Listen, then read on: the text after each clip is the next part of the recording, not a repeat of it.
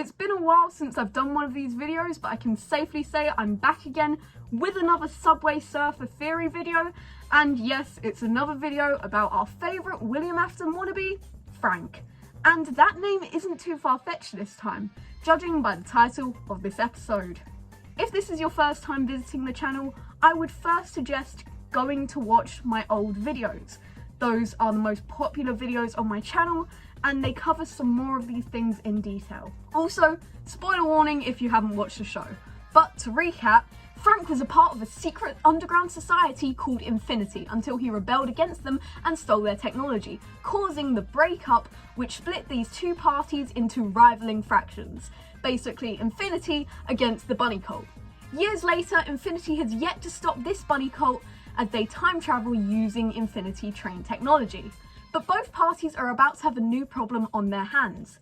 The Subway Surfers discover Infinity's hidden technology by stumbling across it with Yutani's magnet.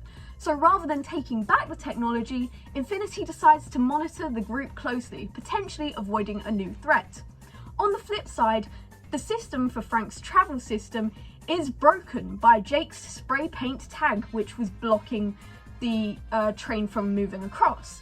So Frank misses his train, and for the first time in years, he is out in the open, and Infinity can track him. Out of rage, he searches up Jake's tag and places him on a list where the names have been crossed out.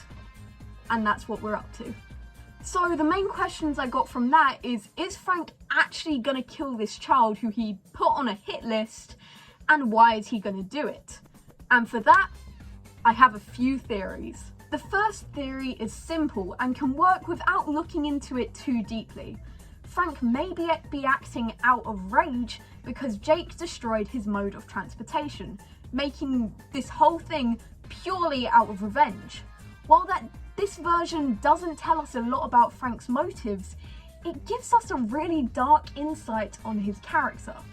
So far, there's been nothing in the series about killing or hurting anyone, so to have the first person in the series to suggest murder because of a slight inconvenience to themselves shows how irrational and dangerous this character is, given that this trigger-happy nature doesn't bode well for Jake, seeing as he makes a habit to annoy the guard constantly to a breaking point.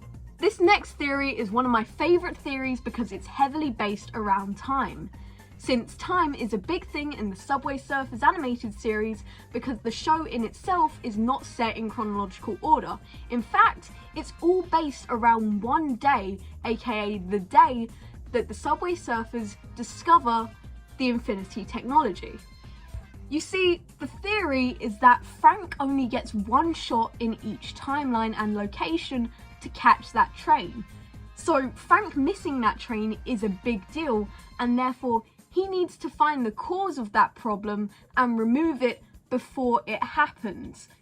In this case, the cause is Jake, and therefore Frank will have to stop him before he spray paints the symbol, aka the day before they discover the hoverboard technology. This also explains why the random bunny people are popping up around the areas that the Subway Surfers are, with no explanation before we're even introduced to the character of Frank. They are there because Frank put a hit out on Jake later in the series, and they need to monitor and remove Jake quietly so that the incident never happened, and there's no chance in Infinity finding a weakness within their train travel system, because if they find the weakness, then they can plan an attack. Now, my final theory is a bit out there, but just go with me on this, it's a fun one. Do you remember the Super Runners from the 10-year anniversary update?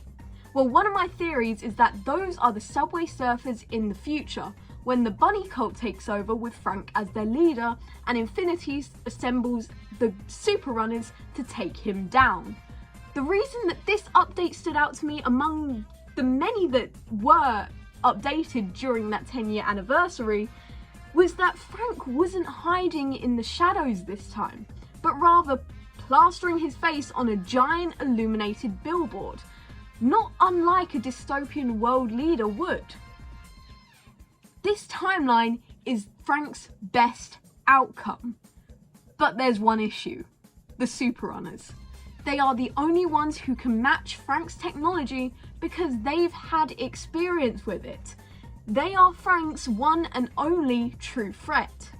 So, when he sees the tag, a bit before the timeline, before the whole bunny cult takes over the world happens, he sees a way to prevent the only issue that could take him out of control, aka before the Super Runners become the Super Runners. So he takes the opportunity to remove the main person of that group, Jake. So those are my theories, but whatever the reason is, it seems to carry sinister undertones and doesn't end well for our favourite mobile game runner. To be fair though, I don't think Jake will stand a chance on his own, considering Frank's managed to take out Donkey Kong, John Connor, and Biff Tanner. Yeah, I don't think he can outrun this one. But what do you guys think? Do you think that I'm maybe onto something, or that I'm just reaching here and have gone kind of insane?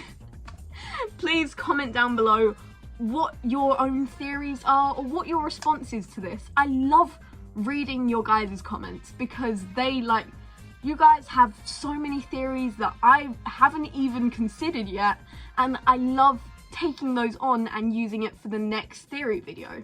You guys help me out a lot here, and thank you so much for watching my videos.